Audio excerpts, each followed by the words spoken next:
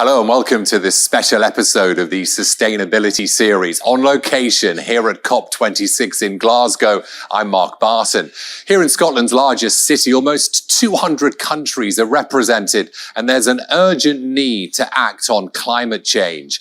Bold measures are required from both governments and business leaders at this 26th Conference of Parties to translate commitments to reduce carbon emissions into meaningful action.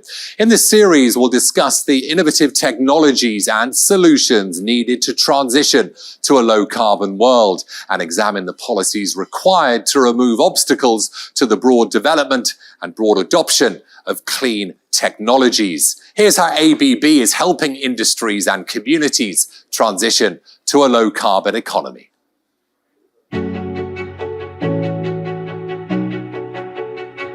We are at an inflection point in history. It's time for humanity to grow up. We all know by now that we're at a turning point. But we believe there's still time to make meaningful change through innovative technology. At ABB, we're helping industries and communities make real advances towards a low-carbon, circular economy. Technology is helping us address the world's energy challenges as society transitions to cleaner power and cleaner fuel. Right now, almost half the world's electricity is used to power motors in factories and other buildings. New ultra-high efficiency motors are transforming industries, drastically cutting energy use and helping sectors achieve the EU's goal of improving energy efficiency by nearly a third by 2030. And we're in a new era of sustainable transport, not just on the roads, but on rail and at sea, where new technologies are targeting the shipping industry, which currently accounts for around 2.5% of global CO2 emissions. And through all these changes, we have to keep empowering people with new skills and opportunities, making use of digital technologies to enable new, smarter business models. Many of the solutions already exist, so how do we maximize their use? How can industry work best with lawmakers and regulators to build a cleaner, smarter future for all of us? Today's panel discussion, filmed live in Glasgow during COP26, is Embedding Sustainability. The private sector has a key role to play in achieving net zero by 2050 through reducing emissions in industry, the built environment, and in transport, which together account for 3/4 of global CO2 emissions. Companies must also invest in energy-saving technologies and new business models that not only reduce direct emissions, but also support the circular economy and social progress in both the developed and developing world. In this panel, we'll examine how policymakers and business leaders can collaborate to speed up the energy transition and promote the global diffusion of relevant technology innovations for the benefit of all nations. Now, before I introduce our panelists, I want to set the stage for our discussion today by welcoming Selwyn Hart, Special Advisor to the UN Secretary General on Climate Action and Assistant Secretary General of the Climate Action Team, who I spoke with earlier. Selwyn, COP26 is arguably the most important UN climate conference ever. What's the United Nations message to stakeholders in Glasgow and to those watching in from across the world? COP26 is certainly the most important COP since the signature and finalization of the Paris Agreement some 6 years ago. The reality is that we are not on track to meet the goals of the Paris Agreement, including the 1.5-degree goal of the Paris Agreement. And Glasgow really must be that moment where the world accelerates progress towards closing the gap on mitigation, which means keeping the 1.5-degree goal of the Paris Agreement alive. It must also be a moment where we accelerate progress towards closing the gap on finance. Over a decade ago, developed countries committed to provide at least $100 billion in climate support to the developing world. We're still not there, but there has been some good progress. And we're hoping that at Glasgow and after Glasgow, that progress will be accelerated. And finally, on adaptation and resilience, we're seeing impacts all over the world, and we must close this huge gap on adaptation and resilience to protect the most vulnerable who are already experiencing climate-related impacts. On using your phraseology, accelerating progress, Selwyn, how do we accelerate progress and accelerate collaboration between businesses and governments in this multilateral world to create a sustainable world? Thank you. And we're already seeing this through many of the coalitions that have been launched. These coalitions are also growing. Many of these coalitions were launched at the Secretary General's Climate Summit in 2019, and they've grown from strength to strength. I will give you one example, the Net Zero Asset Owners Alliance, which is an alliance which started as a coalition of the willing, just under 20 firms that collectively managed around 2 trillion in assets. That has grown to over 60 firms, and with assets of over $10 trillion. So we need these multi-stakeholder coalitions. But more importantly, or equally importantly, we need governments to set the right signals, send the right policy signals. The nationally determined contributions that many countries have put on the table here in Glasgow will need to be backed up by credible domestic policies and measures at home. And creating that favorable environment to foster innovation and adoption of clean technology, Selwyn, I know is very important.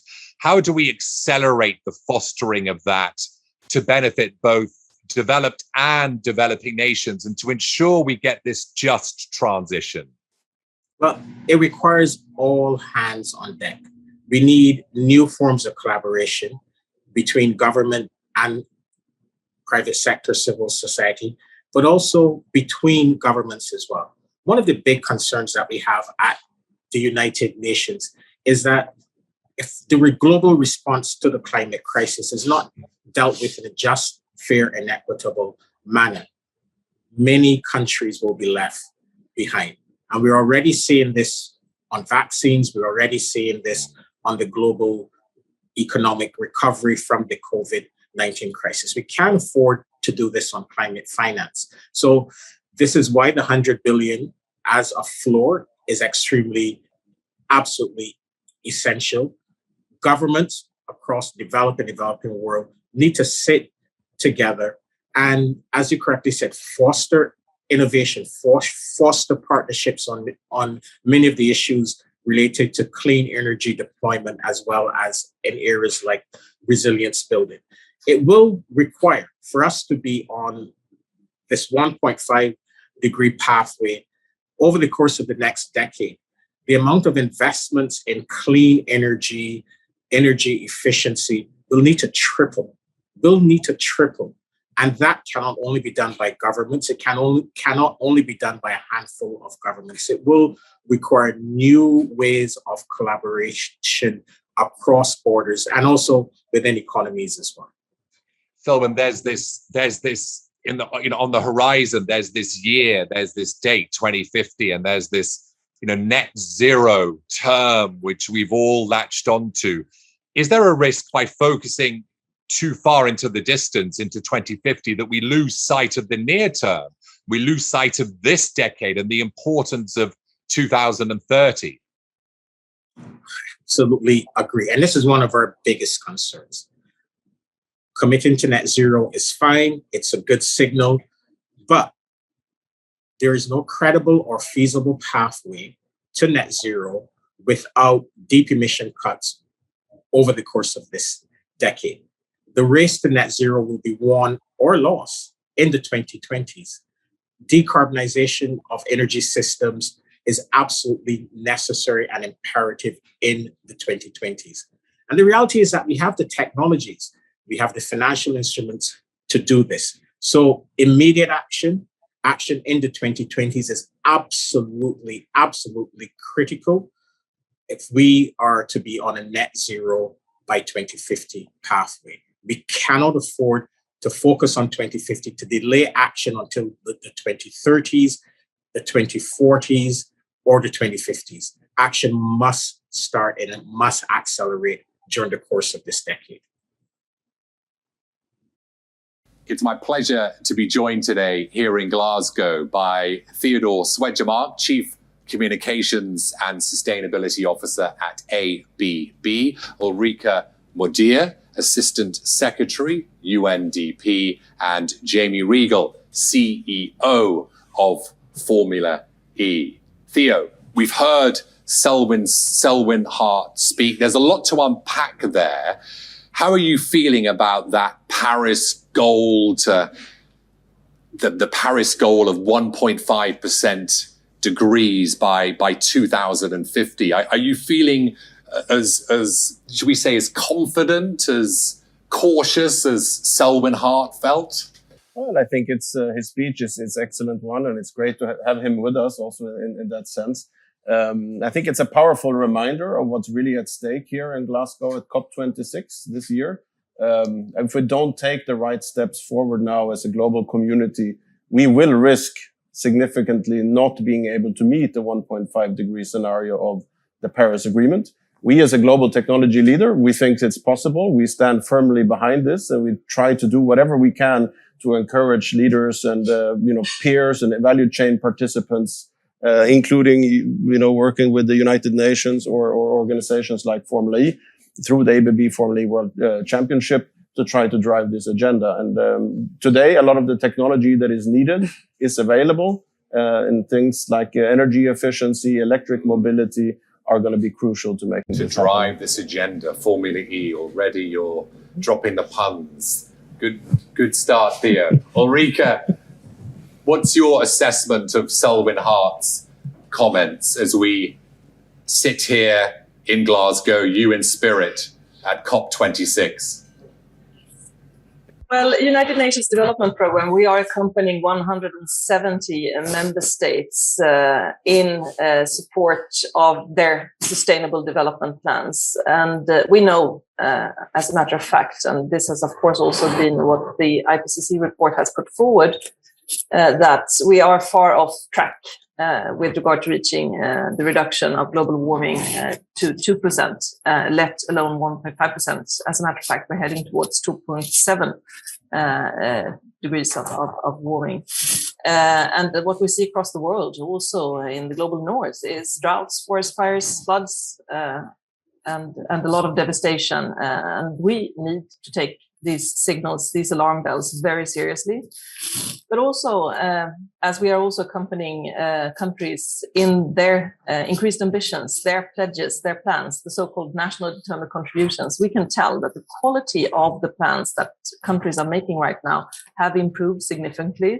So while reduction targets are not met, and while we don't see enough of investment with regard to adaptation, we do believe that these plans can actually form the basis of a change that we need to see happening right now. Yeah. And we also believe that we need to see this change happen across governments. We need a whole of government and also a whole of society approach to this in each and every country. So that's why it's important to also work with the private sector, of course. Yeah, which we're going to talk more in depth about shortly, Ulrika. Jamie, from your perspective, Selwyn Hart's comments. Well, I think it's a mixture of apprehension, but also optimism. I mean, Formula E was started 7 years ago with racing electric cars. So, from a Formula E perspective, we've had a long-term vision around the importance of transport and in addressing climate change. Things have been really slow, though. Things have been really slow, and I think what's really encouraging as we sit here today, and what Selwyn remarked about the importance of the next decade in terms of that exponential impact. Now is the time to act, and I think the fact that we're all here in Glasgow with COP26. Government, business coming together, and the level of urgency, I think, as Ulrika just mentioned, some of the, on Canadian forest fires and heat waves and things like this, I think it's becoming very real at the moment. And so that level of action that we're seeing with this conference is encouraging, but the time is now, as you say. And to use the inroads analogy again, Theo, because it's wonderful, how do we ensure that all the stakeholders, who are present in Glasgow and who are watching from across the world? How do we make sure they collaborate further to achieving these goals? Well, I think the event in itself is a platform for achieving that. And I think also the series that we're doing here together is helping on that track.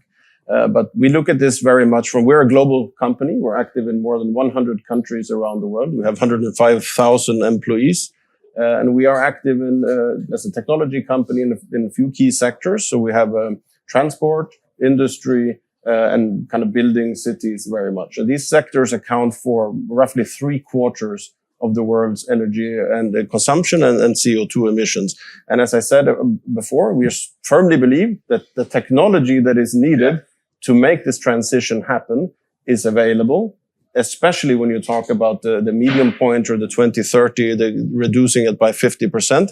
For sure, innovation will play a key part. So it's about coming together. And it's, again, I alluded to it also in the opening statement, which is one of the key reasons why we engage both with the UN very actively, but also through platforms like Formula E, because we believe in the partnerships and we believe in bringing people together and collaborating.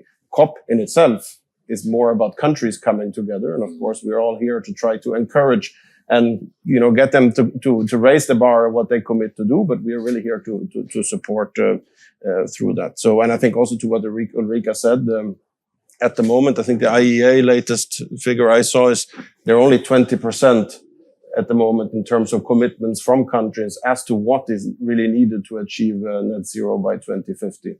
And so I think everyone deserves, or everyone needs to take their leadership from their specific dimension, speak up and push for their agenda as loud as possible. And we are here to try to do exactly that. Ulrika, what's your message to, you phrased it so eloquently. How do we turn these ambitions into meaningful action? Because that's what COP's about, isn't it? We've heard a lot of rhetoric. It's about the how now. It's about the actual action. But how do we do that? Because a lot's discussed in that phrase, but how do we achieve it from your standpoint, from the UNDP? Yeah, no, and here's, of course, where I find this COP incredibly interesting, but also quite promising. And I also believe that we need to look at how to accelerate. And now countries have come forward with their national determined contributions, their climate pledges with regard to reduction emission, but also emissions reduction, but also adaptation measures. And what we see is that these NDCs, these climate plans, they can also be turned into investment plans. We also know that we have a multi-trillion investment gap that needs to be addressed. But many of these projects are not actually projects for overseas development assistance. They are commercial projects that needs to happen.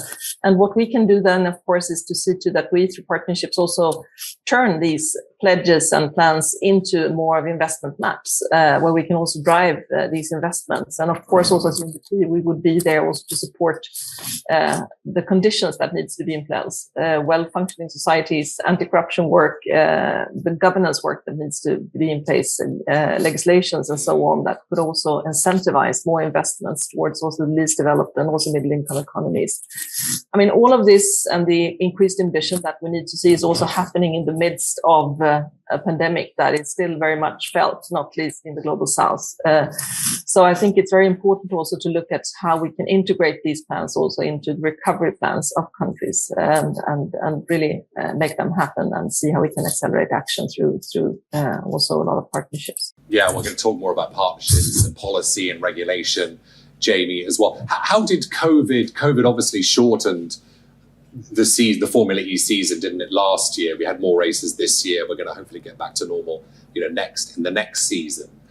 Has COVID made it more difficult for you to preach the electrification, sustainable message that you've been so eloquently doing in the last 7 years? Did it distract at all, or did it help enhance the message?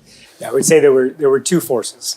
From an enhanced perspective, I think when everyone was on lockdown, sitting at home, thinking about their place in the world, and it was very humbling, I think, for all of humanity, there was maybe a heightened appreciation for our natural environment, right? So I think there was a lot of human introspection around the importance of the planet. We saw big reductions in emissions just simply because factories weren't operating and whatnot. So the trends are positive in that regard. And I think what you're seeing is more people are buying electric vehicles. So So that's the good news. On the other hand, we were in the live events business, and we were in the business of aggregating human beings together in a single space, which has been a particularly challenging problem for us to address for the last 2 years. What we were able to do, though, is put on the races in very safe fashion. And in fact, I think we showed society how you could operate with COVID protocols and testing and all kinds of restrictions that would still allow us to put our product on. Ultimately, we weren't able to aggregate 30, 40,000 people at a race as we'd love to do, but we still broadcast the races around the world on television, on our social media channels, et cetera. And sort of paradoxically, because people were at home, they were looking for things to watch. And there were some companies like Netflix that benefited from that, but we also benefited as well. We saw our audience increase. So, we have to think about a multi-platform distribution to be able to tell our story. Clearly, that human experience is central to sport, and that was missed. But we use the media to expand our message. And we're actually pretty optimistic as we enter next year. We hope to do 16 races, which will be our record. And we're going to race in Jakarta. We're going to race in Mexico. We're racing in Seoul for the first time. And Vancouver. So we're adding new cities and expanding. And that's how we bring our message globally. We got to take it to more and more countries. Yeah. Let's talk about technology. It's something that we've already brought up, Theo. This is a question I asked Selwyn Hart about the technologies, many of the technologies that we need to transition to this low carbon world. As you said, they already exist. But how can we foster adoption of these solutions to benefit both the developed and the developing nations? It's a complicated topic and it's a complicated thing. But I mean, the good news is to start, we see as a company in what we do, we already see very strong demand from our customers today. So I think the whole journey has started and it's already ongoing. So topics like energy efficiency, where we produce very highly energy efficient motors and drives and things like this. We really see that customers today, they come and they start looking at, okay, how can I reduce my environmental footprint? And there's of course a policy and a regulatory dimension to that. So I think that's going into that. The fact that it's also working in the commercial sector, but it's also driven by what is happening by governments who are raising the stakes. For example, the EU already, put in place new legislation earlier this year, more to come, which we are, of course, big supporters of, because we believe, that the not used energy is the best way to reduce impact immediately. So the more energy efficient you can be from the beginning, the better. But I think it's, as you said, and there was big commitments already made earlier. And the rich world, let's call it like that, haven't delivered on this yet towards the poor nation of this $100 billion of investment. Hopefully we'll achieve that within a year or so. Exactly. Or hopefully there will be even more better news, towards that trajectory here at this COP. Of course, as I said in the beginning, we are active in 100 countries. That includes a lot of the rich part of the world, but also developing part of the world. We want to lead by example as a company. So, for example, by going carbon neutral, as a company ourselves, we will do that no matter which part of the world it is. So besides, of course, providing technology to our customers and suppliers and society, we will also lead by example in doing it in our own operations and thereby also help bring and educate people everywhere on these topics. Yeah. What about from your standpoint, Ulrika, from the UNDP standpoint and the adoption, the promotion? How do you help in that process? Whether it's technologies which are new or whether it's helping incentivize the adoption of new technologies. What's your role in that? So as I shared with you previously, UNDP has had the pleasure, I must say, to accompany 120 member states in the development of their increased ambitions and their second generation of NDCs, these climate plans. And as I said, also, they are of much higher quality with much better data. They have more detailed costing, and they also link to sectoral planning in countries. And what we see with regard to energy, as an example, is that 90% have increased the mitigation ambition with regard to energy efficiency and so on. And 100% of them include energy, with 95% of them having standalone detailed energy targets. And that, of course, tells us that if we are then able to support countries to turn these plans into also investment plans, we can also connect different dots with also the private sector being interested also to do these kind of investments that are also commercial, viable, bankable projects. So here, I think that we have huge possibilities if we are able then to move from pledge to impact and turn these plans into more of investment plans alongside with ODA that needs to be there to support. We believe that we can do a lot and scale up the work with private sector engagement. Yeah, Jamie, you were talking about the ways of getting the message across through all the channels that you use. How is, it's clear e-mobility is your thing, but you're more than that. You're about raising the profile of sustainable development in transport, in electrification, in cities, in factories as well. Tell us about how that's all going, how you achieve that. Well, it's interesting. When Formula E was started in 2014, I think it's pretty fair to say that the world wasn't looking for another motorsport. Those fans were very well served. Equally, we don't believe that necessarily the world was looking for another advocacy group. What we did was try to bring the two together, bring the power of sport, which inspires humans to action, whether it's football or where I'm from, ice hockey. It really triggers your emotional response, and use that to tell a powerful story about the climate crisis. And the product itself is very much focused on the 30% or so of emissions that are coming from transport, right? So it's how do you improve the efficiency of propulsion with electric mobility. But as we went around the world, we realized we have a much more powerful story to tell around how citizens can live in an urban environment, how they can live responsible lives, how they can lead sustainable lives. So, for example, when we host our events, we don't offer parking at the racetrack, which is a sort of unusual thing for sports. So we're trying to encourage the use of public transport. So that's just a very simple example of how we try to make sure that we think holistically around the event. And the other thing we've seen, I think, in the last 5 years is we're held to a different standard, right? So at first blush, you wouldn't think a motorsport would be particularly energy efficient. But what happens is because we've had this message, our consumers expect more from us, right? So they start looking at, okay, well, how do you put these events on? The truth is, to go around the world, to tell this story, to go to cities, 70% of our carbon footprint is logistics. So we work really closely with our friends at ABB and DHL about how do we do route planning and make sure that the logistics are done in the most efficient way possible. And then just to touch on the net zero carbon piece, because that's obviously a big discussion here with COP and a lot of pledges. What we said is actually we've been measuring from day one. We're fortunate, right? We don't have so much of a history. We've only got a 7-year history. We've been measuring from day one, reducing. And we said, why don't we really set the standard within sport? And we'll do net zero carbon from inception and forevermore. And so we have this commitment to reduce our emissions by 30% by 2030. And then we're offsetting the rest with local renewable energy projects that we're investing in each of the markets in which we race. Do you think other sports are going to be held to the same level of scrutiny that Formula E is currently? Yeah, it's interesting. When I started this role 2 years ago, I thought we're the good guys, right? We're promoting electric mobility, but actually our consumers, our fans are younger.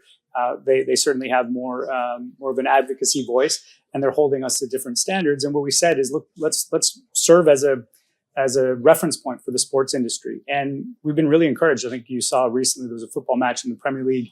It was Tottenham and Chelsea. Said, okay, that's the first net zero carbon football match. Now that's one match.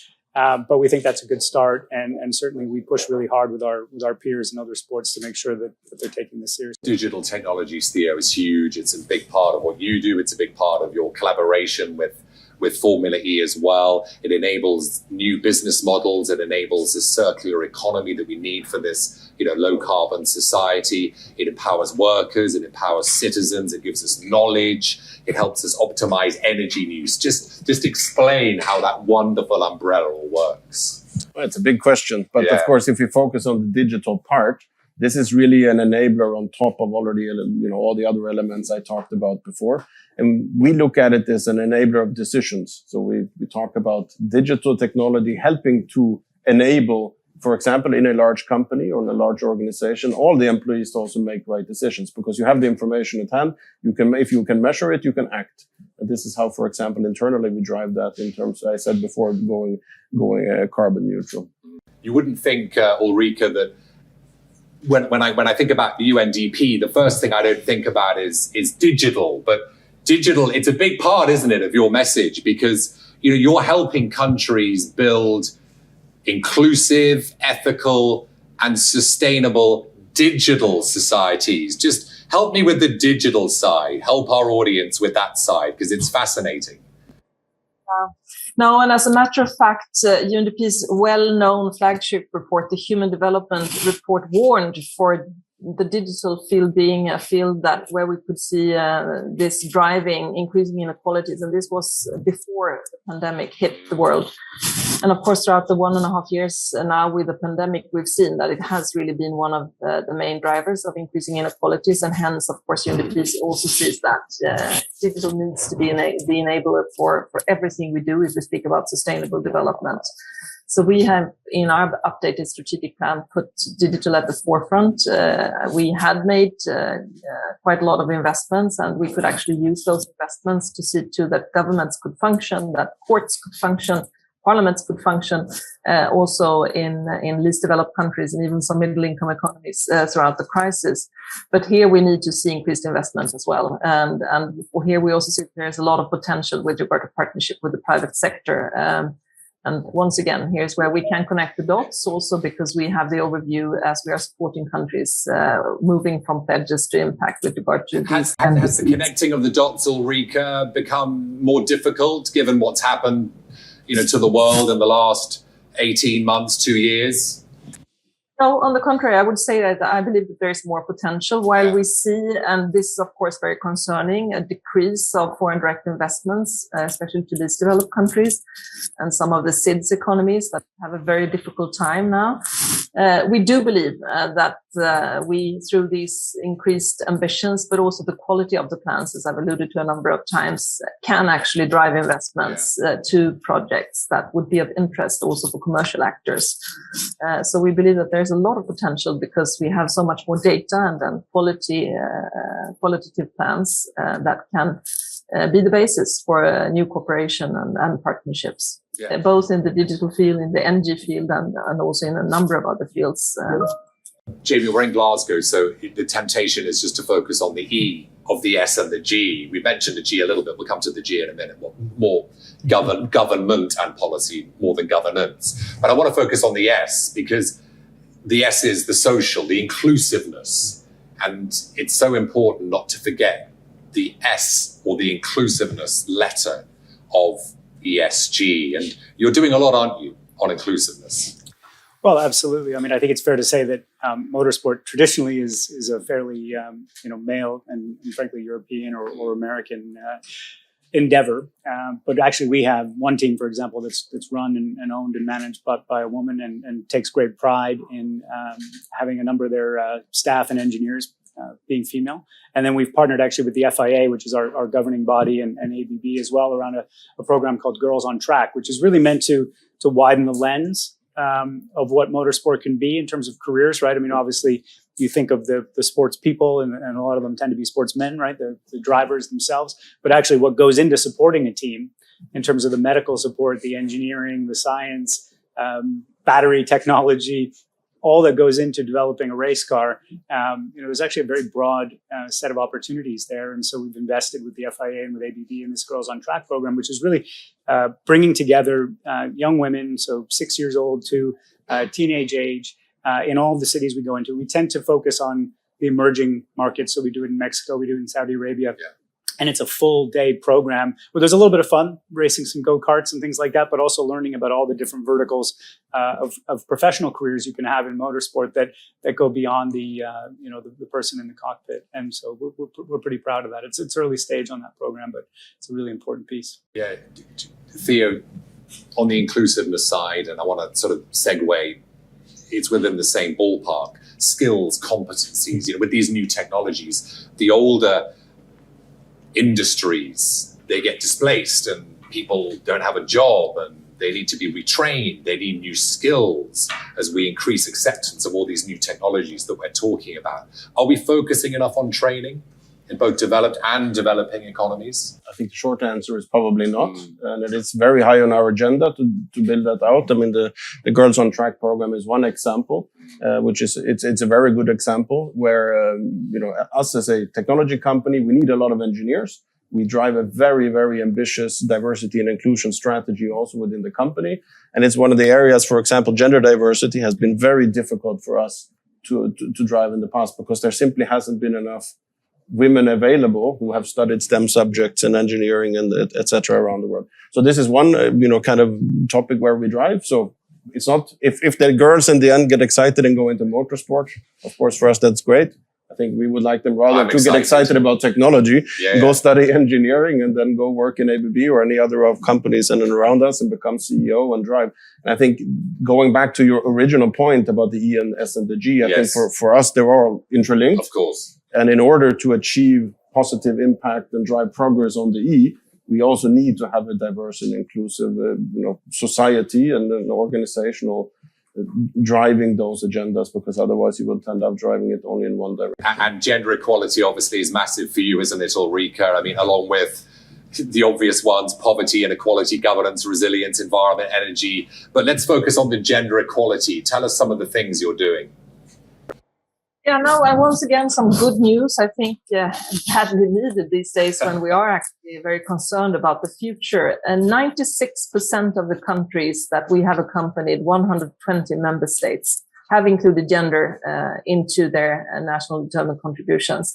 And 75% of them, they are prioritizing youth. And this is something that we have not seen before. And I think it speaks to what we also mentioned here previously. I mean, the understanding that young people, consumers, they want something different with regard to decision makers, but also if they are employed by companies, they want to see companies that are responsible. And I think sometimes it's our imagination that is the biggest hindrance, because I do think that many of these young people see the possibilities in this agenda, and they want to be drivers of change, and they want to work with companies that are drivers of change. And I think that this is also going to be a very important factor into the technology development that we hopefully will see with a lot of young women also. I'm glad you brought that up, Ulrika, because just coming back to the NDCs, the National Determined Contributions, which we're all trying to get governments to lay out their details, that's essentially what it's about.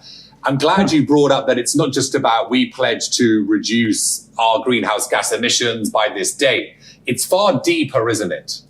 It is, yeah.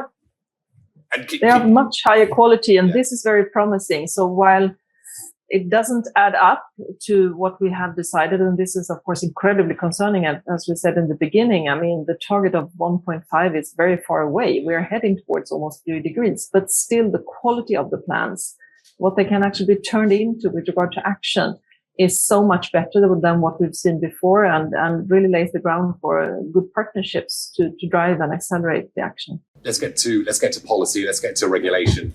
Jamie, how are governments, how are the rule makers helping you, hindering you in achieving what we're setting out to achieve today? All these things. What barriers are existing right now to effective policy formulation and implementation from the Formula E electric car standpoint? Yeah, from a Formula E perspective, I think generally the government regulation has been a positive thing. Yeah. I mean, I had a conversation with one unnamed executive of a German manufacturer who said a couple of years ago, why are we in Formula E? Well, we're in Formula E because of Dieselgate. We're in Formula E because of Tesla, right? And so one of them is a regulatory pressure question, and the other is an innovative company who's disrupting their industry in a pretty material way. And so, we try to partner very closely with governments everywhere we race. By definition, when we go into a race, just by being there, what we do is we have to shut down the city streets. And so at a minimum, there's a serious conversation that happens with the local authorities. And typically when we go into to markets, we're having a conversation at the national level as well. And so, we're trying to work closely with government to be able to push forward these agendas. It's clear that where we are today, the percentage of electric vehicles, never mind on the road, but just new purchases, is still tiny. In most countries, it's 1 or 2%. I think you have Norway, Sweden is probably quite high as well, 40, 50%. But generally speaking, it's still tiny. And so you need that government regulation to need force a lot of chargers, don't you? Well, was it 750 million chargers are needed by 2050? I think that's the stat. Ulrika's nodding, so I'll say that's definitely the stat. That's a lot of infrastructure.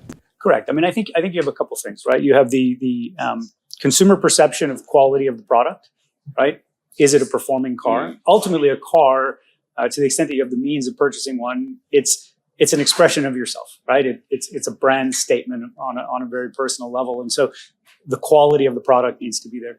you need to have confidence that it can work, right? So you can drive the distances you need to drive. That has to do with battery capacity and efficiency of the powertrain, and then the charging, so you can bridge those gaps. And then finally, it's cost, right? I mean, the reality is the vast majority of electric vehicles tend to be much higher priced because of where battery technology is. That's converging pretty dramatically. I think we think around 2023, 24, the line will cross. I think, Tesla is not part of Formula E, but I think when you look at their market cap today, it's pretty clear that, consumers are voting that they produce a fantastic product. And I think that's pushing people along as well. So there's no silver bullet. The regulation piece is important. The infrastructure piece is important. And ultimately, I'm a big believer that consumer demand will dictate, right? So our manufacturers need to produce quality products that excite people to buy. And if they do that, you'll see it. And one final point, if I use Porsche as an example, Porsche sold as many Taycans, which is their electric car, in the first 9 months as 911. The 911 was developed in the 1960s. The Taycan was launched in 2019. So that tells me that if you make a really good product, people want it. And that consumer pull will matter. I mean, just to add, I think 100% agree with everything Jamie said. I think you just need to add the renewable energy or the green energy to that whole mix. And I think that's the huge opportunity if you go back to the government, where they need to really step in and enable that. We need to triple the investments in this over the next decade. So how do governments do that? What would you want? What would you like? What do we need to hear from governments? Well, just simple examples. Again, if we stick to e-mobility, governments could step in and say, if you build a new house, if you renovate a new house, there has to be a charger, because you need to have the infrastructure in place to remove, so to say, the practical barriers for people to use them.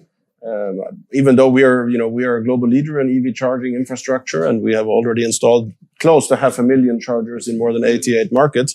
As you said, 750 million. I never heard that number, but whatever the number is, it's still a fraction of what will be needed in order for this transition to happen effectively on a global basis. And their government needs to step in. Many governments, you mentioned Norway, they were very early on that. They also have the green energy behind it, thanks to hydro and other sources.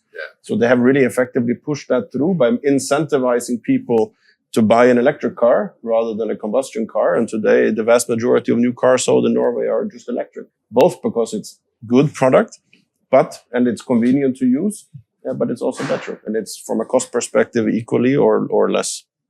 Yeah. Ulrika, when we talk about electrification, we mustn't forget, and I suppose it's easy to forget, not from your standpoint, where you're sitting, but maybe here in Glasgow, in the higher income parts of the world, that nearly 800 million people in the world actually live without electricity. 2.6 billion people live without access to clean cooking. We mustn't forget that, must we, while we are on this trajectory towards net emissions in 2050. This clean energy gap, it really needs to be closed. And it needs to be closed this decade, doesn't it, Ulrika? Yes, that's true. And here's, of course, where the continued discussions about shared but differentiated responsibilities that we see in each and every conference of the party is really important, because the developing countries, they are calling for this promise of the rich countries to support with $100 billion US dollars, also what needs to be done in developing economies. And I think that this was also part of Sylvan's message that we heard earlier. But having said that, I mean, there are a lot of possibilities to see to that we can drive investments, as I said, beyond also the overseas development assistance that needs to be part of this equation. And what we have seen is that the change of attitudes that is needed in the developing in the G20 economies being responsible for 80% of the global emissions. I mean, that's really important to say as well. Will also be part of driving change also in the developing economies that can see that they can leapfrog into new technologies if they have the support and the conditions to do so. And listening also to the conversation, I think it's interesting because we're also in our human development report looking at attitudes, and we actually see that people are very inspired, of course, of taking responsibility. They are even more inspired when they see their neighbor putting solar cellars on the rooftop or buying an electric car. But what we will do now, of course, as I said, is to accompany countries and see to that we can give the right conditions also with regard to policy making and needed reforms. And one of the global initiatives that we have taken is the support to the Secretary General's call on fossil fuel subsidy reform.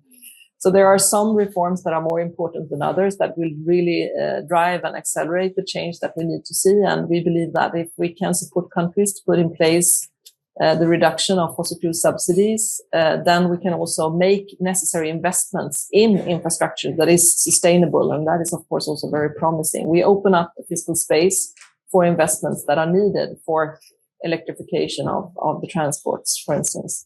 Yeah. What else is Formula E doing, Jamie? I think you're working with, is it UNICEF to help That's right, yeah. nations? Tell us a bit about that.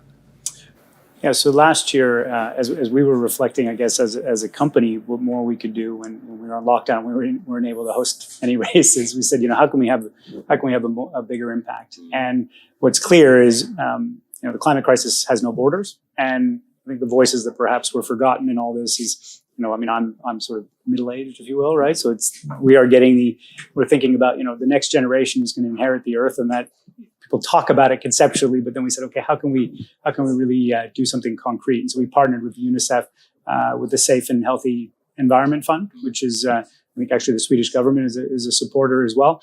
And that was, us committing resources, both in terms of time and access to our talent, the drivers and our engineers and whatnot, as well as capital and resources to do training programs and to fund that fund to do activities in each of the markets that we race in. So again, we'll focus more in markets, in emerging markets. So we'll do something in Jakarta this year. We go there in June. We do an activity in Mexico. Last year, we launched it with an activity in London where we invited a number of young UNICEF representatives just to come and have a conversation with myself, with our board members, about the importance to the young generations around climate change. So, we're trying to do our piece. Yeah, and Jamie, ABB is clearly, as you say, it's a global company. If you implement something here, it's everywhere. What else are you doing to help the developing world on the energy transition? Well, we do a lot of things, and I would directly go to, of course, I mentioned before the fact that we ourselves try to lead by example and thereby use our own technology. And no matter where that is in the world, we have the same standards, the same plans. But we drive also very active social agenda within our overarching sustainability, going to your ESG approach. And thanks to the fact that we are local in more than 100 countries in the world, we have the opportunity to, on a local basis, also work with the communities on education, diversity and inclusion, sometimes also disaster relief. We saw over the last couple of years increasing amount of such activities where we are able to very quickly go in and help after some type of a disaster that happens probably or sometimes because of climate change.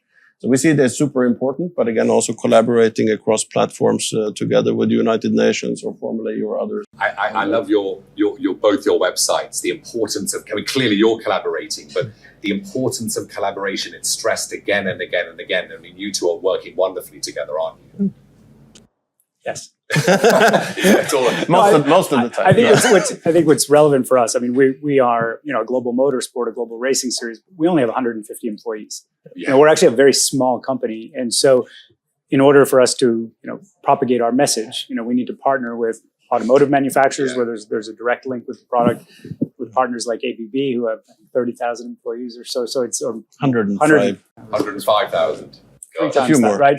So how do we get our message out? And we partner with corporates and we partner with government entities to be able to exponentially propagate that message. Otherwise, we're a very small voice in the grand scheme of things. We're also planning to accelerate that. I mean, we've been now partner for a few years, or title partner of Formula E World Championship. Yeah. But we're also starting to see the opportunity to partner and collaborate even more. So, for example, we were in New York last year.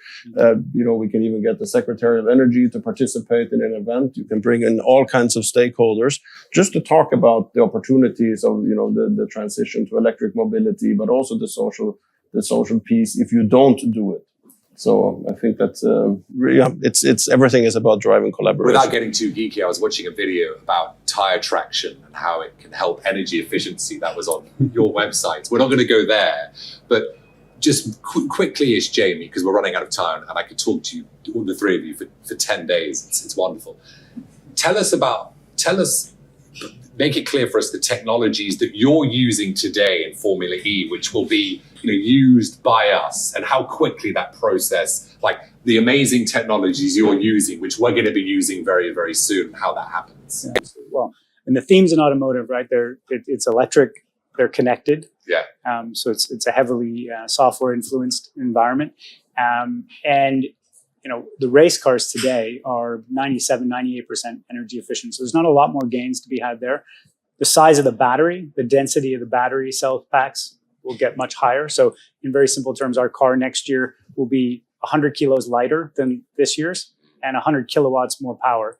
So for the Americans, that's 135 horsepower or so. So you don't need to be an engineer to know if it's 100 kilos lighter and it's got 130 more horsepower, the cars are going to go much quicker.